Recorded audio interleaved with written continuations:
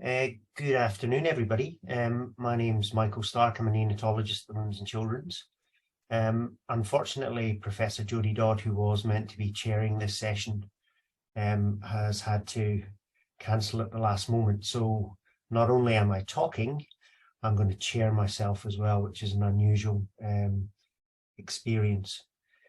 Before we get started, I'd just like to acknowledge that the land we meet on today is the traditional lands of the Kaurna people, and that we respect their spiritual relationship with their country. We also acknowledge the Kaurna people as the custodians of the Greater Adelaide region, and that their cultural and heritage beliefs are still as important to the living Kaurna people today. We have two talks today, one by me and one by my colleague, Associate Professor Amy Keir.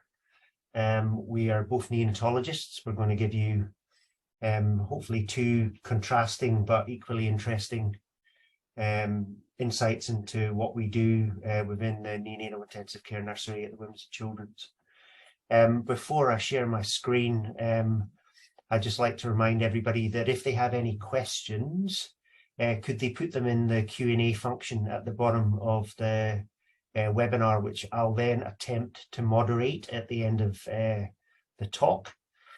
And the other important thing for me to say personally is, unfortunately, I'm on for intensive care, so both my phone and my pager are on. Hopefully they're not going to go off whilst we talk. So without further ado, I'm going to share my screen and take you through the first half of today's webinar.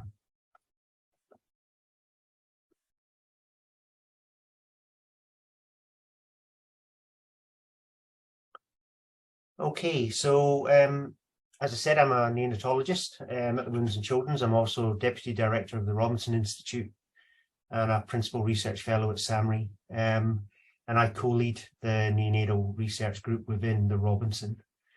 And what I'm going to talk about over the next 8 to 10 minutes, and I've tried to keep to the brief, is how we attempt to challenge the dogma which prevails in neonatal intensive care to improve neonatal outcomes. We're a relatively small group. We're located obviously within the nursery at the Women's and Children's, but our main office and where all our students and postdocs are is level 3 of the Norwich building within the Robinson Institute. I co-lead the group with my colleague, Dr. Chad Anderson. And we really have a whole range of research approaches which we've tried to integrate, and they span preclinical large animal studies, both within Adelaide and also with collaborators interstate, predominantly Melbourne and Brisbane, perinatal cohort studies, large-scale perinatal randomized controlled trials, and big data, which is the latest area that we've slowly moved in. We like to think that our group and the work that we do is truly multidisciplinary. Obviously, the group contains neonatologists, but we also have neonatal nursing members. We have a strong basic science core with 1 postdoc and currently 4 PhD students, soon to be 6 next year. And we also have a clinical trials coordinator who not only manages our own trials, but coordinates our involvement in multi-centre studies driven by other centres around Australia and New Zealand. We really have 3 main research themes. The first is oxygen physiology and brain injury. This is particularly close to both my heart and Chad's heart. We are very interested in the role of inflammation as the basis of all neonatal morbidities and adverse outcomes. And at the moment, that's really taking the focus, really focusing on the role of transfusion and the fact that blood is a biologically active substance. But we're also interested in bronchopulmonary dysplasia, which is one of the commonest significant morbidities which changes long-term outcomes. And increasingly, we are interested in the role of machine learning within the neonatal unit, particularly from an outcome prediction and personalised neonatal medicine point of view.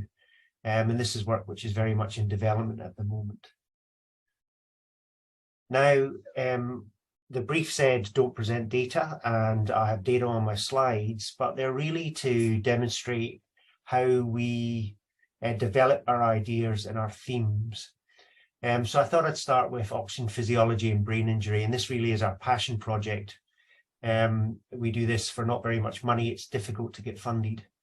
And it's a research team that we started off in a preclinical large animal model, predominantly using fetal sheep, before moving it into prospective cohorts and finally to a stage where we are able to design and hopefully get funded a large-scale randomized controlled trial.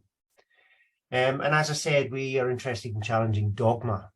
And one of the things which has become all pervasive in neonatal medicine is the use of oxygen saturation to guide care.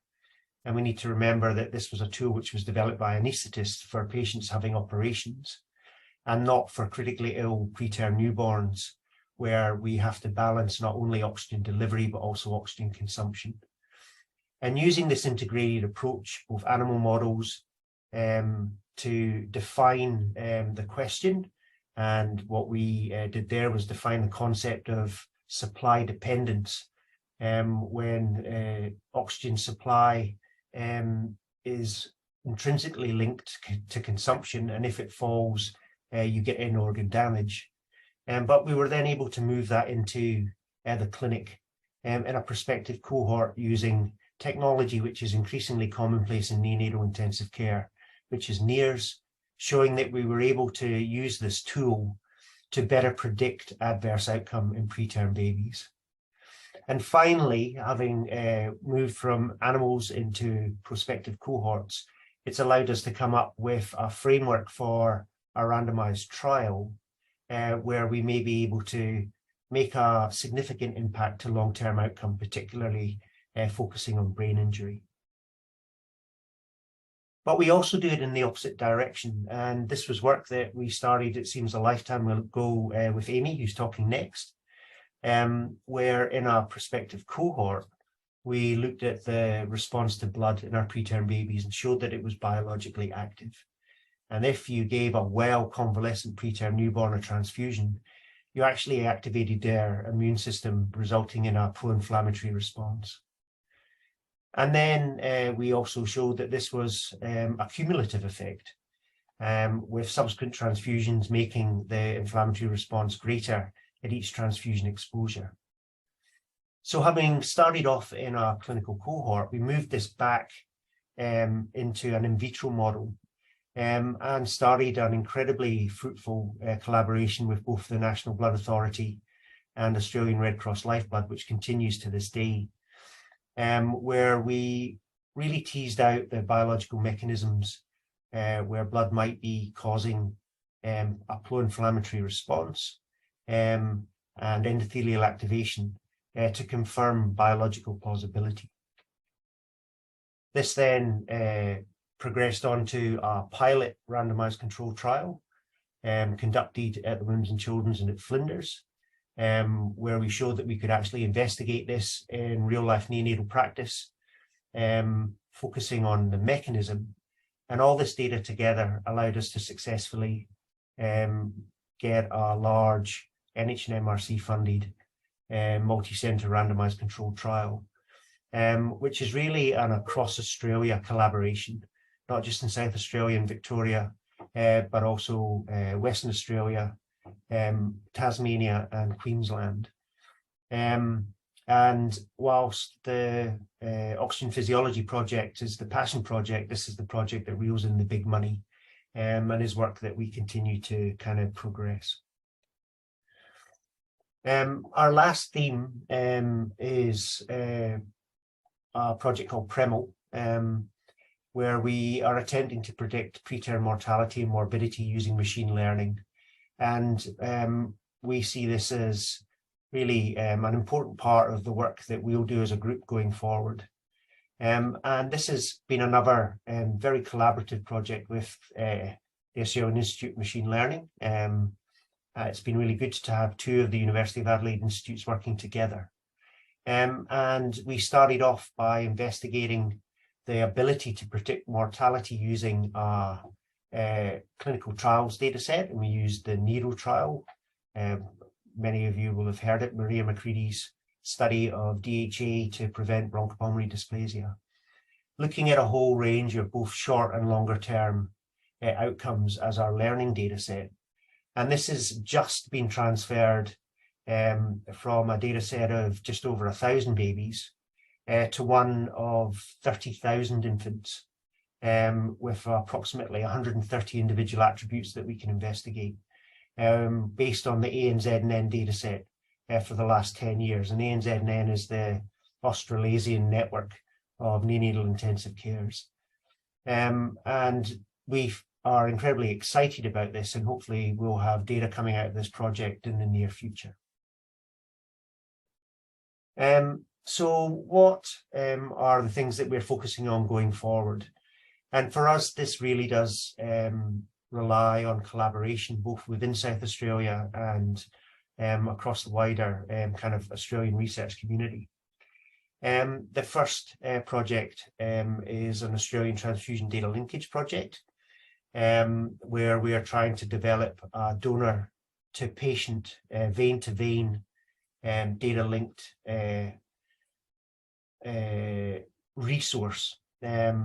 The first question that we are investigating is trying to tease out the effects of blood donor sex and age on outcomes in extremely preterm infants.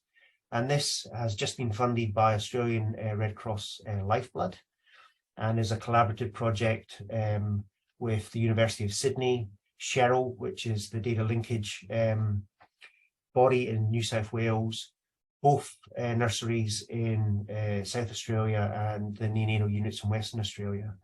And it's going to have a data set of nearly 10,500 very preterm babies who will have received at least one transfusion. And as far as we know, this is going to be the largest data set of this kind. And we hope to have the first data from this appearing in the next 12 to 18 months. The second future project, and one which is incredibly exciting for those of us involved in perinatal research, is the Perinatal Adaptive Platform Trials project, which is funded by the MRWF.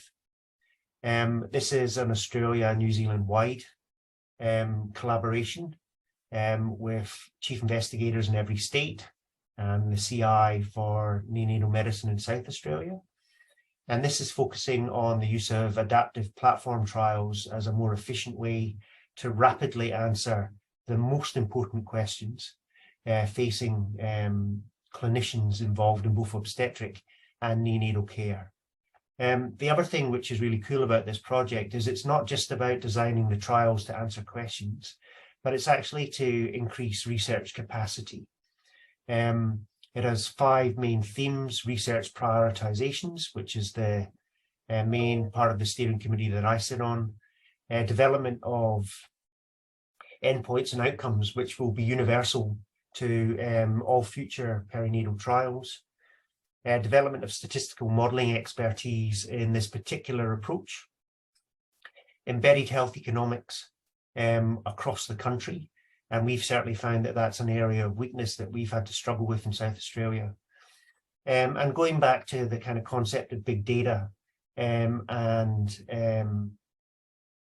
machine learning, the whole concept of the learning healthcare system, embedding these trials in the health system to use data which is routinely collected. And whilst the examples on the slide are steroids, mode of birth, neuroprotectants, different types of ventilation and resuscitation, we have, as of yesterday, decided on the first project that we are going to tackle, which is the use of antenatal steroids in women with prolonged preterm rupture of membranes. And it goes back to the title of my talk, which is tackling dogma in neonatal medicine. Our current approach is based on our trial called Oracle, which was conducted nearly 20 years ago, which had serious methodological problems, but has really informed our practice, and we think has done significant harm to both women and their babies with this particular problem. And that's going to be the first project that we're going to tackle with the APT platform. The other project that APT is going to be useful for is called the delay trial. I do think that each of us has a fixed number of randomized controlled trials in us before they wear you out. But this is a study looking at the delayed amino acid administration to improve outcomes in babies needing surgery. And this is again building on a collaborative relationship between neonatal centres across the country, which is equal, it's not unbalanced. This one's going to be the Women's and Children's in Adelaide, obviously, Monash, Mater, and the Children's Hospital at Westmead. So centres that we've used in our previous transfusion studies to answer a really important question in a group of babies who are under-researched currently in the kind of field of perinatal medicine. So finally, I'd just like to kind of list our collaborations and kind of give you an idea of what data we have and the opportunities for collaboration. As I said, we've got a long-standing relationship with the National Blood Authority and Australian Red Cross Lifeblood. They've been partners on all our transfusion projects and will be going onwards. We now have a very equitable and two-way relationship with the Hudson and Monash Health, and this is focused on our oxygen physiology and brain injury projects. And the most exciting development out of this is going to be the submission of a CRE for perinatal neuroprotection in 2023. All our animal work is done with the Morrison Group at the University of South Australia, the Early Origins of Adult Health Research Group. And currently the focus there is on preclinical lung projects using a LAM model. But we also have ongoing preclinical animal work with UQ, which is focused on transfusion and brain injury using piglets. And the last relationship, and this one centers obviously on machine learning and our attempts to wrangle big data, is with the Australian Institute of Machine Learning, principally the probabilistic graphical modelling group. And we are really excited about the opportunities that this is going to bring us, and also the data and outcomes, particularly with predictive models and a move towards more personalised neonatal medicine. And with that, I'd like to stop. There's my contact details. We are very keen to collaborate with everybody. It's one of the benefits of being a small group, and we're all full-time clinicians. So if we can increase the breadth of our work with anybody, we are very keen to do so, and hopefully we'll hear from some people who are listening with projects that we might be able to pursue.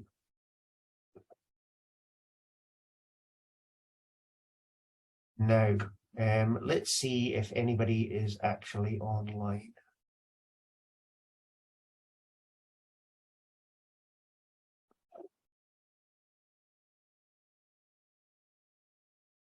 So at the moment, there are no questions in the question and answer function, which makes it difficult for me as chair to ask myself one. What we might do, if that's the case, is move on and pass over to Amy, who's going to talk to us about a really exciting project that, again, a multidisciplinary team have run within the nursery, also aimed at improving neonatal outcome. All right, Amy, over to you. Okay, thank you, Michael, and thank you for your introduction. Welcome everyone to my part of this mini review. This afternoon I'll be going over part of our perinatal quality improvement program and talk a little bit about how you can use quality improvement to make a difference to outcomes that matter in perinatal care. As a way of background of myself, as Michael said, I also work with him in the Women's and Children's Neonatal Unit as a neonatologist. I also have recently taken up a role as a head of unit with the SA ambulance service in our retrieval service, where we move sick babies and children around the state. And I hold a position as a senior research fellow with SAMRI with a NHMRC early career fellowship that is just about to come to an end. Before starting, I'd like to acknowledge that today I'm on Kaurna land, and that I'd like to acknowledge the traditional owners of country throughout the Adelaide Plains and recognise their continuing connection to their land, their spirituality, history and culture, and that I pay my respects both to elders past, present and emerging. So quality improvement, it's always worth, I think, still starting any talk about this by definition. Many people think of it as sort of audit and feedback. It is sort of much more than that. This particular definition I like is from the BMJ, and it talks about quality improvement being a way in which you can bring about measurable improvement to a specific aspect of healthcare delivery, often with evidence or theory of what might work, but you require local iterative testing to find the best solution. So it sort of really speaks to that idea that even though we might have evidence about what will improve care, how do we actually get that into practice? And how come, because Unit B got it into practice, how come Unit A doing the same thing doesn't get the same result? So there's a lot of sort of more messiness about it than in a lot of the probably more traditional research like an RCT in regards to how you go about it. So is quality improvement really research? I think it's becoming much more accepted that quality improvement is part of that research cycle. So you have people that work in the basic science area, human clinical research. Like for example, the findings that Michael will have out of his RCTs, even though we might be able to translate that rapidly in our unit because we've done the trial, we know it works. What about the rest of the units around Australia, New Zealand and the rest of the country? How do we get those findings into practice quicker than this sort of traditionally described 17-year gap between finding out what improves outcomes and getting it into practice? That's where the implementation science, quality improvement, I think really comes into the pipeline right down that end. How do you get what we know works into everyday practice? Because unfortunately, just telling people what to do or having a guideline or even an HMRC clinical practice guideline doesn't necessarily get system-wide change. So what we've done since we sort of started our perinatal care quality improvement program back in the end of 2018 is over the last now sort of 4 or 5 years, we've developed a number of collaborations around South Australia and across Australia and New Zealand. It's been a wonderful opportunity to get to know people throughout the healthcare system and a number of people throughout the system that are very passionate about improving outcomes and by using the research evidence base to do so. Collaborations for us have included the Australian and New Zealand Neonatal Network, the University of Alberta with their evidence practice for improving quality training program, the South Australian Health and Medical Research Institute, which is the primary group that I sit within, that is led by Professor Maria Macreadys, and I sit within that within the Healthcare Researchers Program, which is led by Alice Rumbold, Luke Griskowiak and Tom Sullivan. Also very strong ties with the University of Adelaide and the Robertson Research Institute, which have been fundamental in supporting our program as well. And also the various healthcare networks around South Australia, Women's and Children's, the South Australian Ambulance Service, and interestingly, Carlin as well, who've been very helpful around data, which is wonderful for a healthcare network that doesn't actually look after children or pregnant women. So it's been a great opportunity to find out who's out there. So what has our program actually done and who's been involved with it? Well, primarily it's a clinician-led team. So the core of our program, which started, as I said, sort of 4 years ago, consisted of myself, who at the time was an early career researcher, along with Angela Cavallaro, who is a neonatal intensive care nurse, and Charlotte Groves, who is a midwife. All three of us have now oddly moved into sort of management roles as well. I'm not sure quite what that says, but that's sort of where it's ended up. And this program has sat within the Healthcare Researchers Program. We've done a lot of things within this program, both by actually learning ourselves about how to undertake quality improvement, provision of training, a number of projects, a real embracement of data training analysis and ongoing reviews. So really learning about how to use data in healthcare to drive improvement. and also trying to embed this with some academic rigor, where SAMRI and the Robson Research Institute has come in to assist us. Our primary and first program was the Preventing Neurological Injury and Improving Longer-Term Outcomes in Preterm Infants in South Australia through Closing the Evidence to Practice Gap. Certainly I've learned from this. I would never call anything this long ever again, but that's where we started. And I guess that's part of the process is learning how you go as well. This particular program had a number of different arms, but its primary focus was how do we better implement what we know improves outcomes into everyday clinical practice. I could talk about this for a very long time, but I'll just give you a snapshot of one particular project that was led by Charlotte Groves, where we went about trying to improve our use of magnesium sulfate, which has been shown and in trials led actually from South Australia, that if women who are pregnant with a fetus less than 30 weeks, if they receive magnesium sulfate prior to delivery, their babies have a much higher chance of survival and a much reduced risk of cerebral palsy. And it seems like a no-brainer. We know it works. Let's get women who are at risk of delivering at under 30 weeks, let's give them magnesium sulfate. And there was an assumption that this was being done. And we know that most people think about 80% get it, but actually when we looked at the data, it was only around 60%. And with active quality improvement work, which is sort of plan, do, study, act cycles, reviewing the system, understanding the blocks to why this might be, and that's in a very complex healthcare system, Charlotte, along with the rest of the team, pushed it up to over 80 to 90 to 100% at times. And that's just a snapshot of one of the things that we did, but testament to her hard work and drive there. So where are we going now? What's sort of on the boil at the moment? What sort of future projects? The beauty about quality improvement is wherever you work, I guess for clinicians, it's applicable to everyday work. So we have had a lot of opportunities for people who are undertaking paediatric physician or neonatal training to undertake quality improvement projects. A number of my nursing and midwifery colleagues have also done that as well. There's also opportunity, obviously, for allied health and other, say, perhaps non-clinicians to get involved in this space, as having different people from different specialties, backgrounds, absolutely key to making your projects work and getting that different viewpoint. At the moment, some of the focus of our program has been undertaking and delivering the training.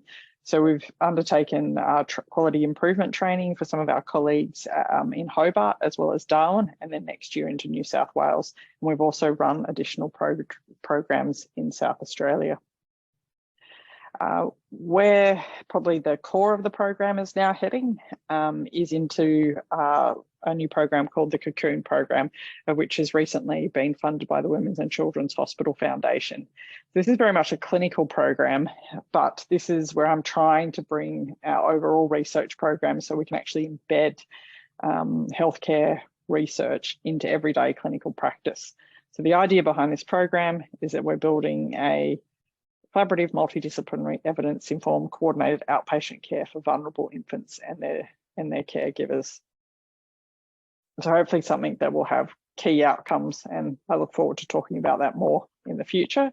The other areas that we're working in, I've had the opportunity to work with Karen Glover, who is Principal Research Fellow at SAMRI, and with ACRA around putting in a grant to design a program similar, co-design a program similar to this for Aboriginal families discharged from the neonatal unit, and also more expansion. So really trying to focus that clinical work and that research work together. And also, again, more opportunities to embed it in the different healthcare settings around South Australia. In the interest of time, I'll wrap up there and say, if anyone's interested in reaching out to me, that's my email address there.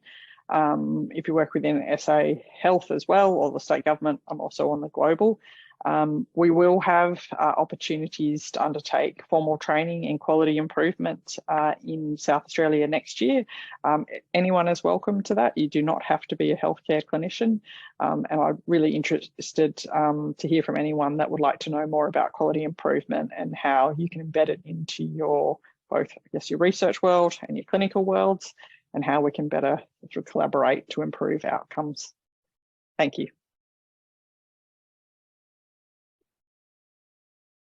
Thanks, Amy. As always, your timekeeping is better than mine. Sorry. On the Q&A, there's still no questions, but I have one, if that's all right. Certainly, Michael. So assuming it's for me. Yeah. I don't know the answers to my own question, so I'll ask someone else. Cool. Over the last 10 years, there's been a real push correctly to have consumers on grants be involved in the design of projects. Do you think we're now at the stage where we should also make it even broader and have evidence synthesis, evidence implementation, evidence dissemination scientists on our grants at the beginning, so that the whole concept of fast tracking widespread adoption of what we do in a randomized controlled trial is there from the get-go? So I'm obviously thinking about JBI as the example that we have in South Australia. Yes, yeah, I think that's a no-brainer. I think preparing to implement before you even know what you're implementing is perfect. And I think having those consumer links, especially with the consumer bodies, and also the expertise with the implementation scientists and the other people that often write the guidelines as well, makes perfect sense. Squash the pipeline, shorten the pipeline. Yeah, excellent. So we have a question. So hi, Amy, really great to see these programs. My question is around paramedicine research and whether anything is being done at WCH currently, and if not, is there a place for it and what would it look like? I would love to do some quality improvement in paramedicine. Anonymous attendee, unless it's Leanne who accidentally pressed enter. No, yes. Oh, there we go. Yes. Oh, please send me an email. I would love to talk about it. Yes, that would be great. Yes, like that's the advantage of quality improvement. As I wander around the healthcare system, you know, something I can take with me and hopefully work with different colleagues around the place to sort of, you know, work with them and see what we can do. And Leanne has, having said hello, now hello, Leanne. made a comment, particularly about QI in GP obstetric shared care. Okay, so Leanne and an anonymous attendee are not the same person. Excellent. But yes, both of you, please send me an email. That would be wonderful. And it also looks like you're now going to the world of allied health. Yes, I'm already in the world of allied health. It's a good place to be. Yeah, no, it's great. I think that's the concept of a true multidisciplinary clinic, which we've long aspired to, but have found really difficult to get up and running because it's different budgets, different silos, tricky to coordinate. So that's great. All righty. If there's okay, yes, excellent. So I just saw that. Yes, thank you, Colin, out there. From Colin, yeah. Yes, I know Colin well. Hello, Colin. That would be great. Excellent. We're slightly over time. I'd like to thank myself and Amy for the talks. Hopefully, we will hear from lots of different people. The neonatal group is incredibly active for a small unit. And we do a whole range of different stuff. And I think from the get-go, we've always seen ourselves as incredibly collaborative. So please let us know if there's anything we can help you with or you can help us with. And with that, I might say thank you and sign off. Excellent.